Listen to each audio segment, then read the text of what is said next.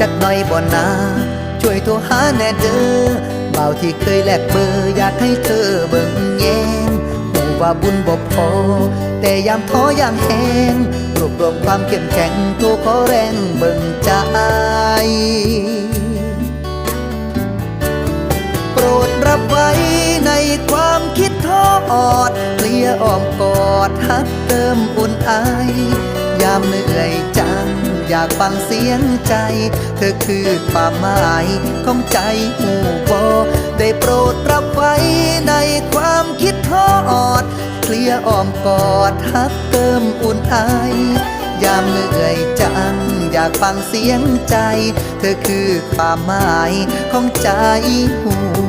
บ่